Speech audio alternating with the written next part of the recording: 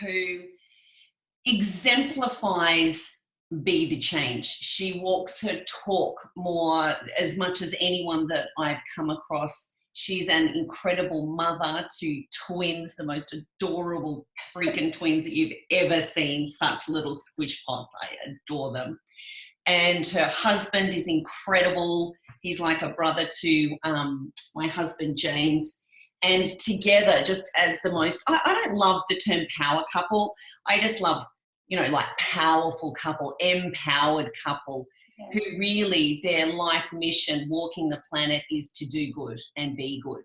And they really show up in every area in life. And I mean that, to do with relationships, to do with friendships, to do with business and parenting. And they inspire us so, so much. So I'm just so honored for our friendship.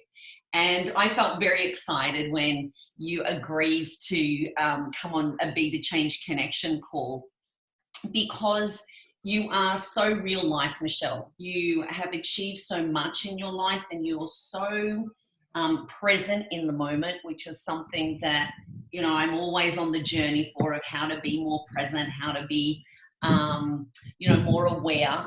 And then, of course, managing so many different, we've got business that you're managing. We've got, I'm just going to spotlight you. And muting everyone, thank you. What I love about is your balance. And sometimes I say balance schmalance, because is there really such a thing? But it's how you handle everything. Everything is happening for you in life. I know this intellectually, but you get there very, very fast. Look, there it is. It's a pandemic. Okay, cool. What do we do in the pandemic? We go online, and I have to close my my business and go completely online. And it's almost like you welcome it. Mm-hmm. And I mean that wholeheartedly, not placating that. You find you pivot so quickly, and it's like, look, that was unexpected, but of course this is happening. Here's the gift. And you find it so fast. And as a mother and a wife, I love to watch that. I love to see that. And you are such an incredible example of that. And so when I thought about what are we going to talk about today, what's on my heart is kind of, finding that flow and that center in the chaos. So if I talk about, who you are and your background and everything that you have learned and all the things that you teach, you're an incredibly accomplished yoga teacher and teacher trainer. You have your own incredible studio. You've done so much online already. Back in DVD land, when DVDs were the thing, you had like a best-selling series of yoga DVDs, which was actually the first place that I ever found yoga was Jerry Halliwell, the Spice Girl, and it actually saved me I was going through a season of anxiety, and I just couldn't leave the house. And that one video introduced me to the world of just a deeper breath and self-regulation. And what else can I say about you? I mean, let's go. Let's go. Let's get stuck in. I don't know if we actually live up to all of that. It's incredible. You are. Well, first of all, how do we balance some of this stuff going on? I think the key word there that you said is balance. And in my humble opinion, I think we could start to replace that word for harmony, because we're so often looking for this idea of balance, but there's no actual thing. There's the day and the night, and it's always ebbing and flowing between the two. And, what we're trying to cultivate is harmony in all the extremes of life. So whether you're in the darkest night of the soul, or if you're in the blazing summer, like you're saying, whether it's like we're talking about now, a pandemic that we're all experiencing, we're all in it together, no matter what the external circumstance, because it's forever changing, nothing is permanent in the material realm. It's like, how can we find harmony with what is? And in my humble opinion, the easiest way to do that is to simply find acceptance with what is. And one of the easiest ways to do that is to try to soften our preferences, because so often we feel out of balance or out of harmony when our preferences aren't being met. And what I mean by that is, like, when we have these desires of how we think should be or how things used to be, and we want them to go back to how they used to be, or we're not fulfilling what our fantasies or our imagination future forecasts and project out. And so then we feel all out of balance and out of harmony and out of sync, because life isn't how we expected it, or life isn't how it used to be. And so I think the biggest thing that we can learn to do is to actually, like, instead of gripping on so hard, so we need to have this, we need to be like this, it's like, you know, why don't we just find peace with what is? And like you said, it's like, how can we flow with all the seasons of the year? You know, even though we're all in a pandemic now, there is always suffering. This isn't the first time that we've suffered. This isn't the first time we've had challenges.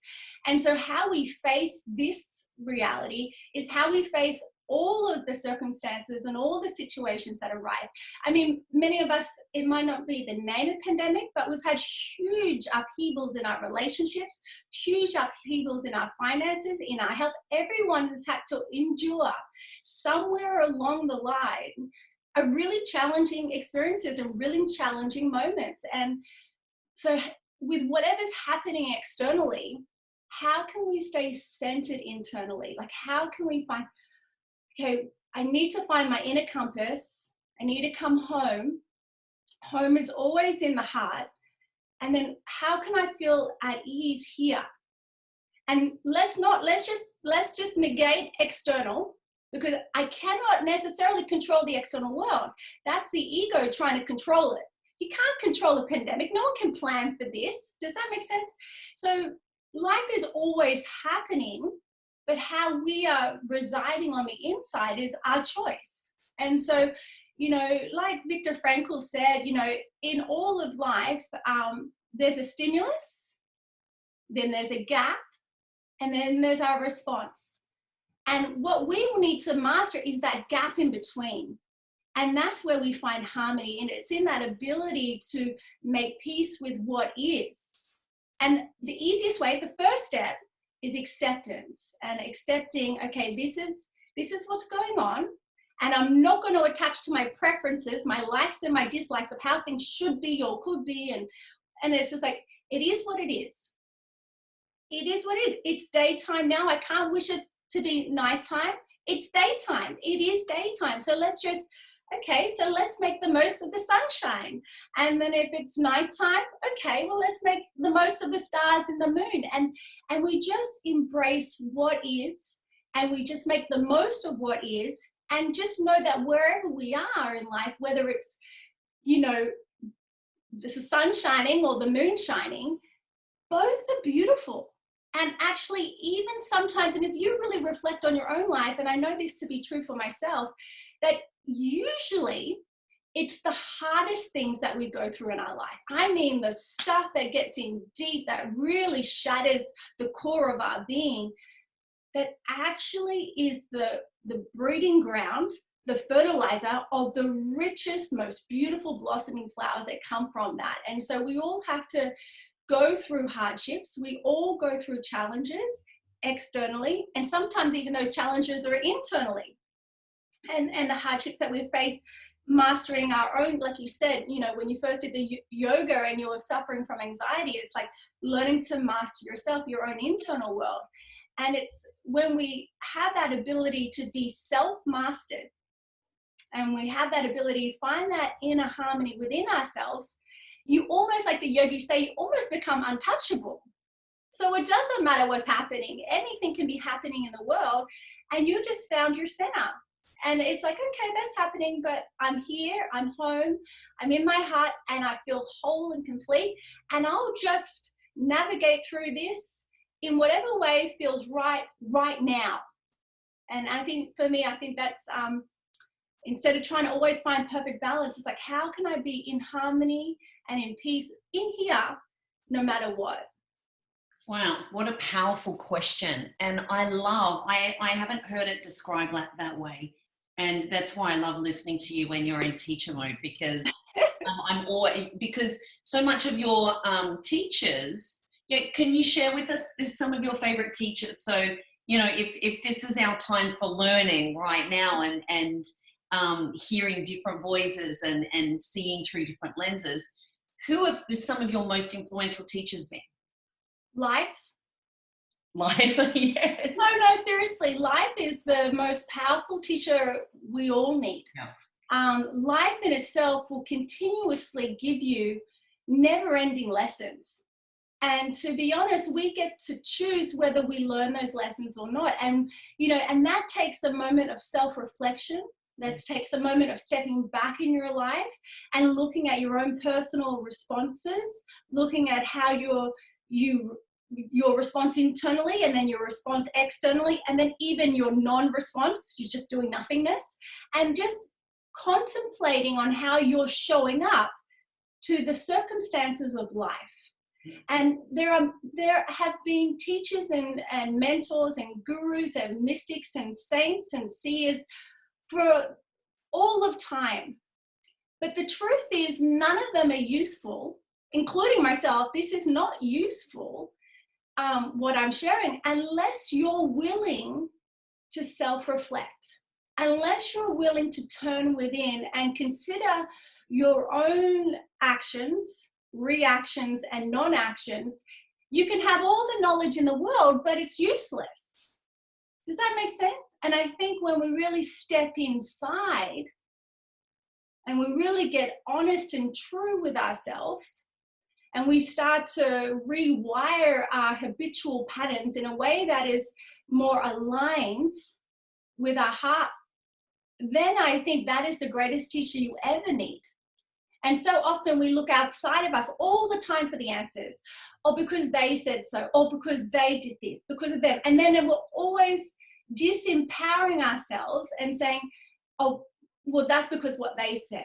And, oh, I have to follow that person outside of me. And what I'm suggesting is that actually start to follow and listen to your own higher self, to your own inner wisdom, to your own intuition, to your own gut instincts, and actually have the courage to follow through. Because you tapping at the door is your higher self always. There's a little soul in there that is guiding you, but so often we don't trust it.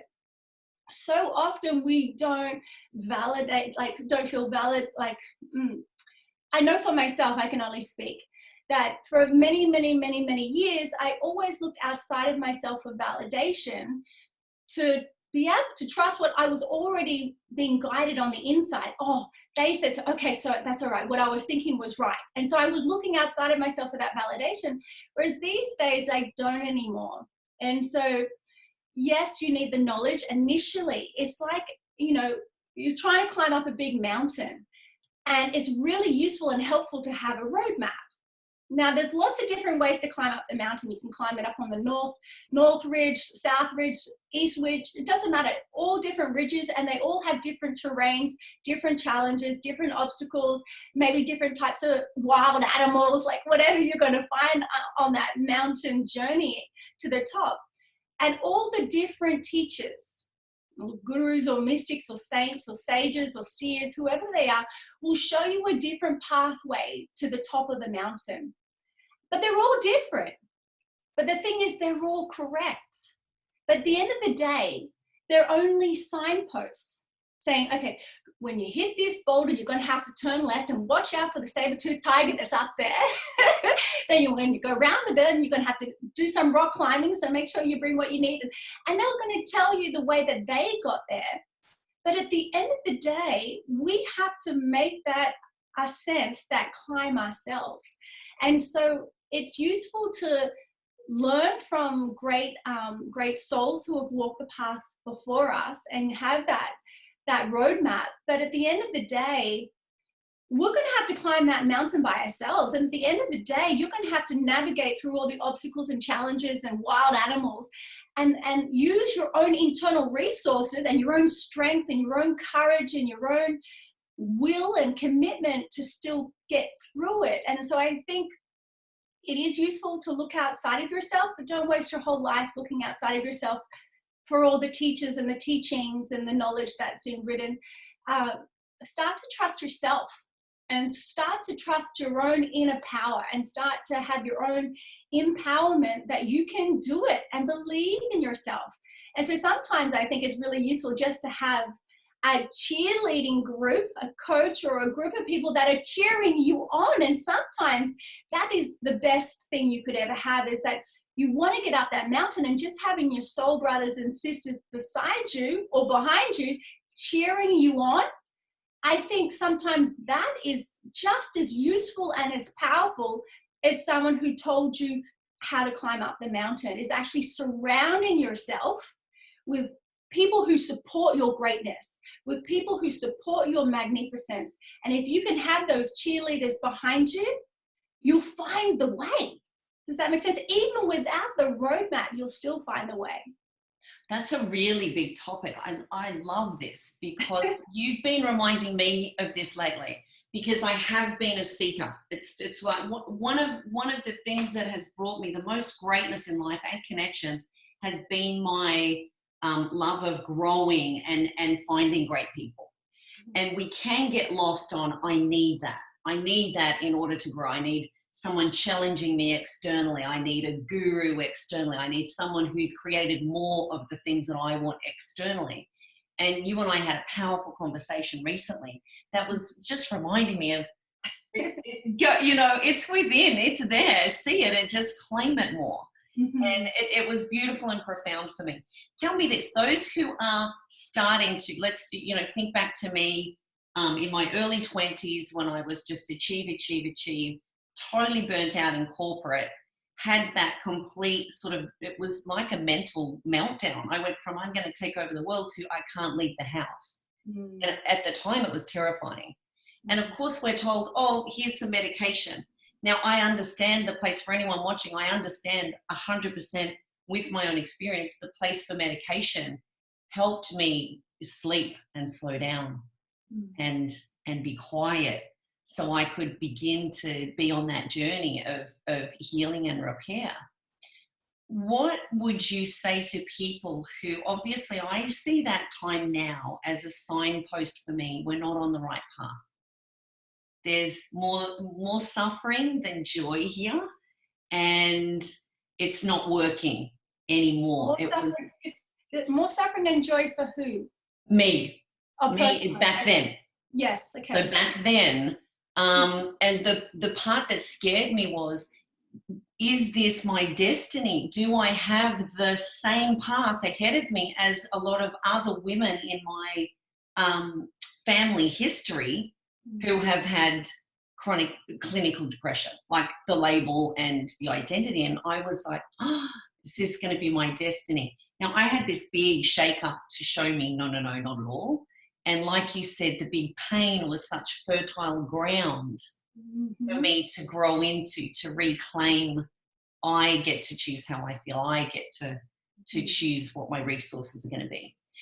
How do we, because the part that I want to delve into here that you said was surrounding yourself with your soul brothers and sisters that are cheering you on, and that we are all connected and we're not separate. What about people in our life? Because this is a common one that comes up on these connection calls all the time. So here would be the question: how do you release people who are not cheering you on? How do you do it elegantly and bravely? Yeah, I mean, it's not that we want to release them. It's not that because essentially, if we truly believe in the notion that we are all one, then it's not about releasing them, because there is a deep embedded connection between all of us. But we can choose where we focus our attention and where we focus our energy. And so essentially for me, I know some relationships over the many, many years have not necessarily served my greatness.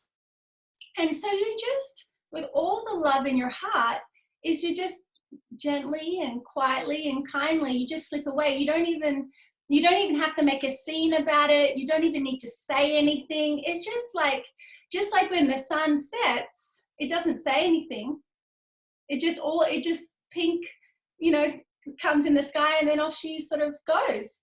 Does that make sense? So it's just, we don't give those people as much attention as we used to, or as much energy or as much time as we used to, but we don't need to make a big song and dance about it, and you're not serving my higher self, and you don't need to start getting into all of that. You just slip away and know that just because that person may not be the right fit for you right now doesn't mean that they can't change as well. And in the future, they may go through their own transformations, and, you know, the seasons change, and the two worlds may collide again, and there may be a beautiful reawakening of that relationship. So you never burn a bridge. You just are mindful of where you spend your energy, your time, your attention, even your thoughts. You just don't give it your energy, essentially. And for me, it's harder in family if it's close proximity, or in the house that you live in. That's far more challenging. And then you just have to consider, how can you move out, or how can you make peace even in that situation, and have more love in your heart and forgiveness. And also, what I've always found really useful is to seek to understand what it is about them that's triggering me, and what is it about them is why they're acting the way they're acting. Maybe they have their own personal hurts, their own personal challenges that they've had to endure, and that's why they're playing out the way that they are. And so sometimes you can heal a relationship by simply asking the person, you know, what's really going on? And seeking to understand what's actually going on behind their behavior, because at everyone's essence, they're all love. And people are only playing out and may potentially being unkind, or potentially not serving and supporting you because they're hurt in their own way. Only hurt people hurt people. Yeah. And so you just always have to remember that. So the yoga is never to judge, only to love. And then we try to support people as much as we can through their own challenges. And if they don't want the support, not everybody wants your help. And who's to say you can even help them anyway? They're perfect as they are. They just might not be aligned with you right now. Does that make sense?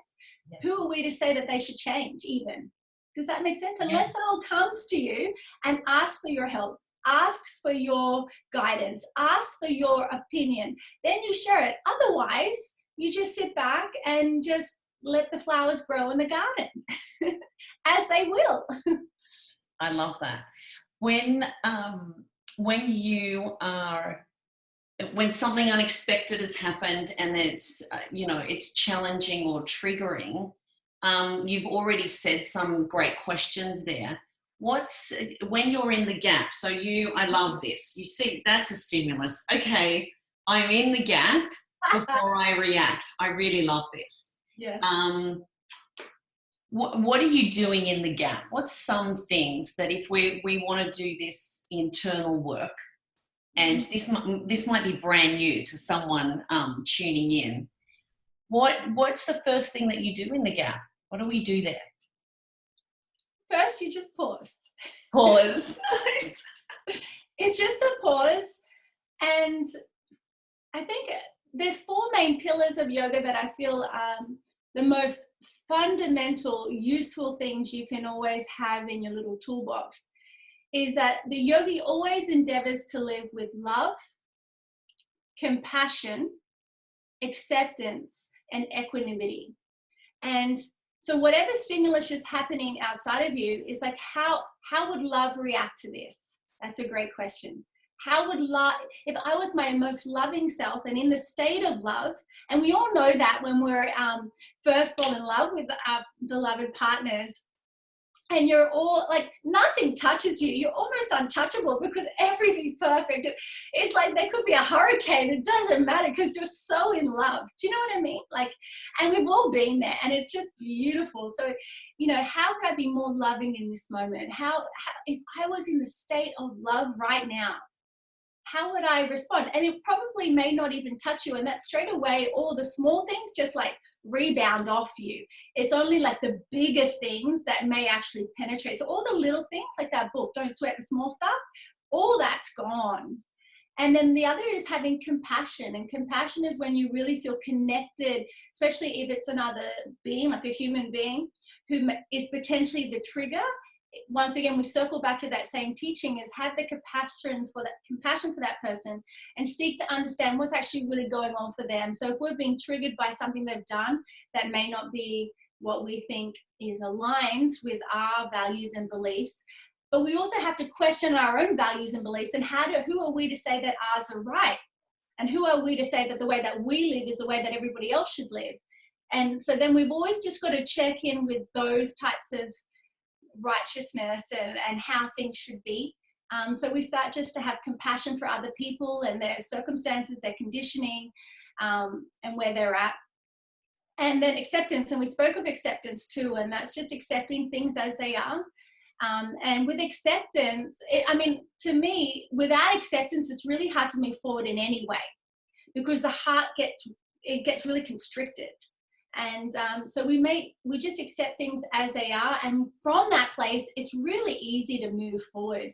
But it's when we're trying to push against what is and trying to change it back to how we think it should be or how we want it to be, and we're pushing against what is, trying to change it, then that creates a lot of tension in us internally. So if we can just accept things as they are, then it's really easy to move forward from there.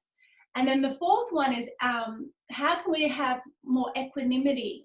And that's within ourselves. And that's treating, for me, it's easy. And I know for everybody watching here, they'd be the same, is treating everyone equally across the whole spectrum. And, there is no one better, there is no one worse, there's no one good, there's no one bad. It's just having that equality and equanimity for all people and all beings, and that comes from releasing our preferences again. Like, I don't like my cup of tea, it's too hot, or oh, I don't like it, it's too cold, and that's our preferences again. Or oh, it's too hot, I'm sweating, and then 4 months later it's like, oh my gosh, it's too cold, I hate it when it's cold, when's summer coming back? And we're always complaining about the situation instead of actually embracing and just enjoying it as it is. And that equanimity is just being happy no matter if it's hot or cold, light or dark, that thing again, and just being with what is.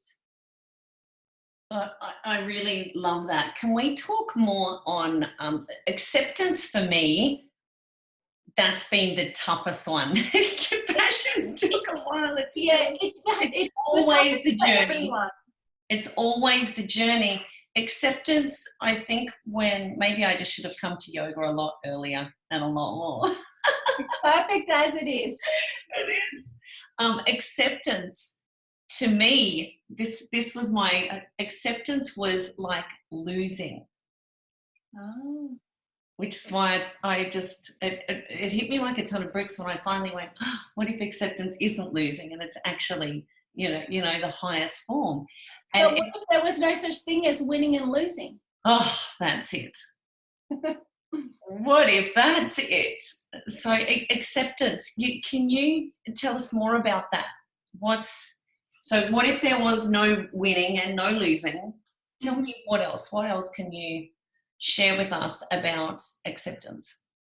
Well, acceptance comes in all different colors of the rainbow. It looks different on everyone. Mm-hmm. Acceptance, it doesn't mean if someone has hurt you that you need to then have all love pouring out to them. And it just means finding the center between the two extremes. So sometimes we're in a lot of hurt from someone who has hurt us, say, potentially. And so we don't have to rebound to the other side and say, oh, I'm going to send them all love and compassion. It's just like when we find acceptance, we just find our center with what is, and we make peace with what is. And we acknowledge, and I think for me, what I find with acceptance is that when we find acceptance with what is, there are so many lessons to be learned. It's like a gold mine in there. Like the mining of lessons, when we find acceptance with what is unbelievable. Because when we can actually step into, okay, it is what it is. How can I learn from this? And when we have acceptance in that, we actually release all the emotion. And because usually the emotion, it was what clouds our perception, and it clouds our ability to see clearly and our ability to actually move through life logically. Does that make sense? Like, and so for me, I find acceptance is when we have dissipated all the emotions that create a disturbance in the mind field. And so acceptance happens in your heart, not in your head. And I think that's probably, I mean, I've never read that anywhere, but that's what's coming through intuitively. It's in here. Because we try to intellectually, it's like you said, winning or losing. I can't deal with that because you're in your head. And you're a big Tony Robbins fan. If you're in your head, you're dead. So we're going to come down into our heart. And then when we find acceptance in here, it's so we can reflect on the circumstances, we can reflect on the situations, we can take the lessons and the learnings, and then we can let it all go. And then we can move forward with a really clear perception. And then we make great decisions from that place on. But as soon as, if we're still clouded in the emotions before acceptance, pretty much everything we choose to do will be probably in disharmony because we aren't in harmony within ourselves. So acceptance comes to the heart, and you'll know it in your bones. You'll know it in your heart. And it's like, oh, and it's like everything falls off your shoulders. Does that make sense? And you know it, everybody knows it when that's happened. Yes. But if we're all tense in our head, and it's like, yeah, and we're still fighting in here, but we're saying we're acceptance, we're saying, we've got the mantra happening. The mantra is useless. It has to be in here. You have to feel it in the heart. You know, we can all talk a good game, but what do you feel? And that's, I think to me, that's the key thing about acceptance. It needs to be in your heart. Wow. I mean, this is profound. For me, looking back on one area of my life that caused a lot of pain was my thought and belief of my physical body and denying physical pain, thinking I had to solve it, always solve it and get rid of it to be pain-free, and caught up in the belief of, you know, my scoliosis was deformity and it was painful to be in my body. It was such a huge Pandora's box that was scary to open. And I'll never forget the moment that one guy in Platt said, acceptance. And it was like what you were saying, like, oh, it was like this equilibration in that moment. And it was the heart of, oh my goodness, what if it just is this place of acceptance? So I feel like I worked very, very hard, zigzag, to get to that moment. What can people do now if there's a big area of pain in their life to start working towards that beautiful moment? How do they get into their heart? That's the big question right now, right? Yeah, I think for me, okay, I can tell you in my opinion, some of the fastest ways to get I'm already excited because you just kind of went, yeah, oh, there it is. To make it long lasting and to make it self-empowered. Okay, so instead of trying to, so we're doing this by ourselves first and foremost. We're not going to have other people around us. We're going to be just you with yourself. Okay, that's step one. Because then it's not dependent on somebody else to make us feel that we're in our hearts. Because so often we only feel like we're in our heart when we're in the company of those that make us feel connected to our hearts. And so then we've given all our power to the external. So it could be your lover, your children, that thing, you know. So coming home to yourself, and that could be, you know, out in nature, that could be in the ocean. Just a moment of solitude with just you is really, really helpful. And for me, there's quite a few things. I'm a little weird. I get into blissed out zone all the time, all in my heart. I'll have tears rolling down my face because I feel all in the bliss and all in the love. And sometimes I'll get it when I'm just driving my car and I'll have this big, you know, people have panic attacks. Well, I have love attacks. And I'll literally have to pull over because I can't stop crying. because I have so much love moving through my entire body, and it'll just come out of nowhere. And it's actually scientifically proven that these things can happen. But for me, some really beautiful things that can trigger it is beautiful music, a song that just takes you there and fills you in your heart. And it's not love for something outside of you, it's love within you. And it's a particular song. I have a few key songs for me, two in particular that I play a lot if I'm ever feeling like, you know, I saw these two men just 2 days ago in the shopping mall have a punch up, literally only like 3 meters away from me. They started brawling, and I had the twins in the back of the car, and I was packing my shopping into the back of the car, and then these two big guys in their probably late 40s started having a fist punch in the car, in the two cars in front of me. And I got a bit shaken up, and I'm trying to get the kids in the car, and I was like, oh my God, like really uncomfortable, because they were fully brawling on the floor, cars getting smashed. I was like really uncomfortable, and I'm not in that sort of experience very often, so it really kind of rattled me. So straight away I got in the car and I put on my song because I'm like, Mom needs this song. Please make me feel inner peace. Like, and it's this beautiful song, and I'm like getting back into my heart, you know. And so for me, music really just brings me home to my heart. And we all have special songs that really bring us home. And the power of music is so transformational. It is so helpful. And especially if you're feeling anxious or you're feeling wobbly, like I did 2 days ago at the shopping center in the car park, I just went straight away default mode to my playlist of Mummy's just got to put on her playlist right now in the car. And then there it was. I'm like, oh, okay, I'm back. So sometimes music is really useful, but also just sitting in nature. For me, I have a real affinity to birds.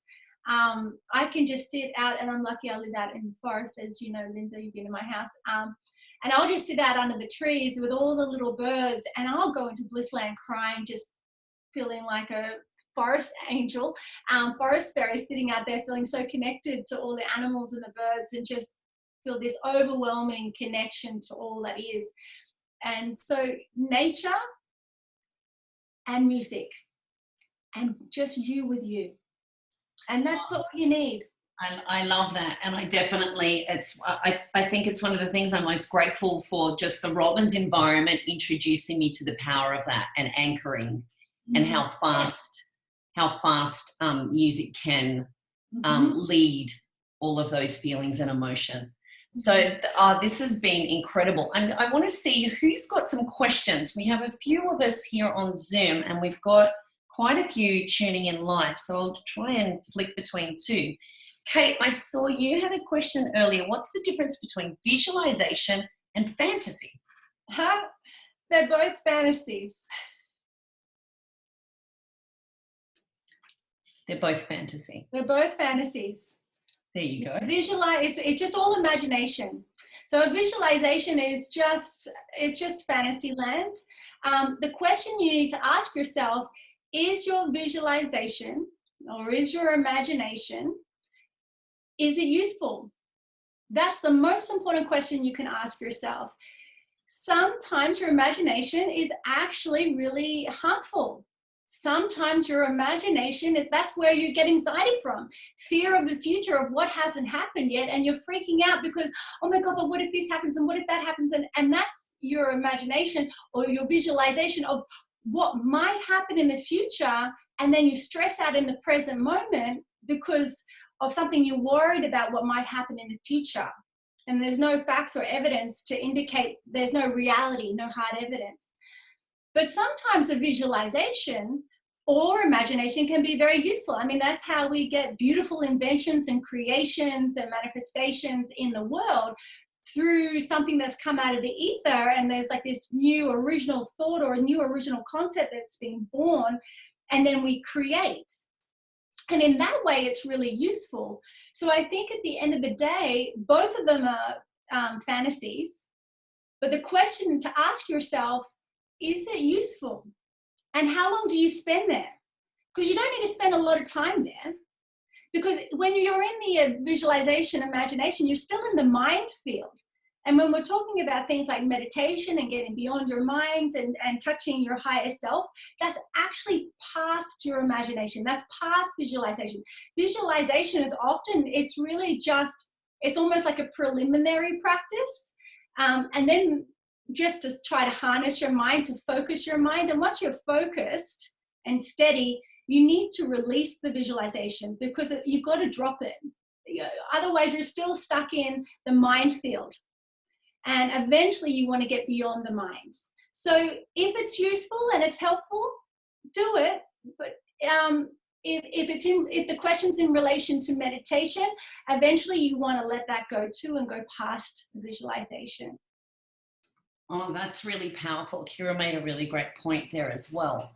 That if it's ideal and lots of, it's perfect and unicorns and rainbows, and then the reality never matches, that there's going to be some disappointment and disconnection there for sure. Well, straight away, it's not useful, is it? It's fantasy land. Yeah, so that's the great question. We're better to be in the here and now. And Jess has asked, can we spread love and show others that they can be empowered too? You don't need to, at the end of the day, just you working on you and illuminating your own love will radiate so brilliantly that others will want to be more like you. And then they'll start asking you, hey, what's going on? How are you doing that? Why are you like, I want what's that cornflakes ad? I want what she's having. You know, that breakfast cereal ad? So it's not, at the end of the day, just by you working on you and making your heart so radiant and you walking with love with every step and every beat, that speaks volumes. And so that's all you need to do. You don't need to do anything else. Lead from example, I think, is always the best thing. It's just lead from example. And what about, what I would love to hear from you is, so many of us are suddenly wearing a new hat now of homeschooling parents. And 24/7, experience with our loved ones. Oh yeah. So yeah, there's some new situations. Mm-hmm. And when you're being a mum and having a mum moment, and like you described, two guys beating each other up, that was unusual, a situation you weren't used to. So you needed to come back. You needed to find a home. How are you doing that every day? Because you have twins. They're three. Three, yeah. And 3 is just peak busyness and supervision, and let's call them demands, requests. And you're also a business owner who is just creating so much unbelievable content right now. Yes. Your Essence of Living TV, yes. Which is just thousands of hours of incredible yoga yes. classes, right? All kinds of yoga. What are you doing there in your gorgeous place? Yeah, that's a really great. I mean, I actually do exactly the same routine that I was doing prior pandemic. So nothing's actually changed in my world, no. Other than that I have to do, to be honest, I have had, a lot of cleaners and housemaids and people who have helped me around the house because I've worked so much usually, but now no one can come to my house. And I used to have my mum and dad used to help look after my kids, but now that they can't help look after the kids because, they're in their mid-70s and, have underlying health issues. So at this stage right now, I have no help anywhere, and I'm still trying to do all my business things at the same time. But one thing that has not changed, like that part of my life is different, but my personal practice has not changed a beat. I still get up before the kids get up. I still do my 1.5 hour, 2 hour practice every morning before they get up, and I fill up my own cup. And I think that's the biggest saving grace I've ever done, even when I am in the thick of, running the business in the business, like at the face-to-face contact, because even that is full on in itself, running the kids to swimming and running the kids to soccer, running them to gymnastics, running them to, all the different things that they do something, I think 6 days a week, my kids, they're like so active, but I mean, that helps them sleep well, which is ideal for me. but even that there's a lot of work either with them at home or even prior to this situation. It's still, there's a lot juggling. It's just a different type of juggle we're doing. That's just the difference. It's just a different juggle. So for me, I've always leaned on my primary practices of meditation. I walk every morning. I study and read books like spiritual scripture every morning for an hour. I do my yoga every morning. So and even my husband knows, and my whole family knows, that mummy has to do her routine. My mummy's doing her routine. And ever since, like, I to be honest, because when the twins were born, up until the first 6 months, I was kind of couldn't do anything. I was just, their needs were my needs, and I was fully looking at, you imagine 2 of them at once, it was pretty intense. But from the age of 6 months, my routine started again. And I've been doing it every day since. And nothing gets in the way. That's my non-negotiable. Mummy filling up her cup, and mummy needs to look after her soul too. And then for the whole rest, like I was up 4 times last night with Gracie waking up screaming. But I don't mind because my cup is full. And I think what happens with a lot of mothers, they're so tired that they don't get up and fill up their own cup and nourish their own souls. And so it's depletion on top of depletion on top of depletion. But when you have fullness and you've taken care of your needs spiritually, mentally, emotionally, physically, that you don't get depleted. Does that make sense? Because tomorrow's going to circle back around and you're going to fill yourself up again. It does. And I love hearing you say, do it with a full heart. Yes, always. And I contemplated that a lot after we last spoke about what am I really doing in life with a full heart? Mm-hmm. It helped me become so aware of how conditional I make my heart. I'll bring my full heart if this and this and this happens, and this and this and this. And really, I've been setting up a life that's been very conditional. Mm-hmm. That's very easy to not have the way that I want it. And there is the resistance, the tension. And so this is such an important area, and yet it's almost, I don't know if it's cultural or what, if we grew up like this, there seems to be such a challenge for women to give that time and love to themselves. Yes. And protect it. Mm-hmm. and make it essential. And I hear you time and again talk about that ritual, your routine, mum's routine. It's mum's routine time. It's such a great word. Let's all take that on, ladies. It's routine. It's not mummy's turn. It's our routine. And it's necessary. It's not optional. It's not nice to do. It's necessary. Yeah. But even my husband's on board because he knows that his mummy's routine and mummy's daily rituals don't get done. Then the day will be more depleted. And I loved what else you said there. If it's depletion on depletion on depletion, how can we possibly function emotionally, spiritually, just even physically? We can't be present. Yes. And we see this is really common in that first year of having kids, if we're not really good at the routine. So you're great at routine. You already were before, isolation, staycation. So you've kept that, and that's what's kept you very grounded. That's been your anchor. Yes. Now all you're saying, and it's such a useful belief, I'm taking this one on, we're just juggling in a different way. Yes. We're still juggling. It's still finding, some of the balance, but it's not really balance. It's night and day. Finding harmony. Harmony. Right back to the start. Harmony feels like such a beautiful word to embrace and such an achievable place, because you can find harmony. Sometimes you have to look very hard, but instead of that illusion of balance all the time, which is why I say balance schmelance. Yes. Oh, wow. Any other questions? We've got a few people on live, which is awesome. Any other questions? So in the parenting moment, are you human? Do you yell? Do you get grumpy and annoyed? And yes, definitely. I mean, everybody's human. I wouldn't be otherwise.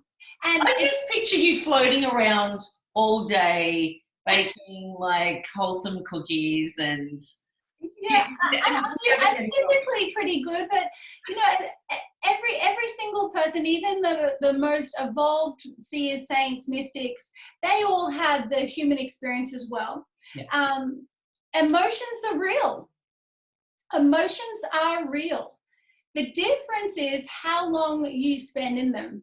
And the difference is how you choose to act within them. So just say you have a different fiery emotion that comes up because you are a human being having a human experience or something, you know, because you're in this reality, then that's that gap again. Oh, I see it. Oh, it's burning up. Woo. And then, you know, sometimes with my kids, I might be a little short. Hey, that's it. And then, but then they know that, okay, that's it. Because every emotion is also beautiful. Every emotion, like anger within it actually is also, there's a beauty to anger. Because with anger comes fire, comes passion, comes momentum, comes change.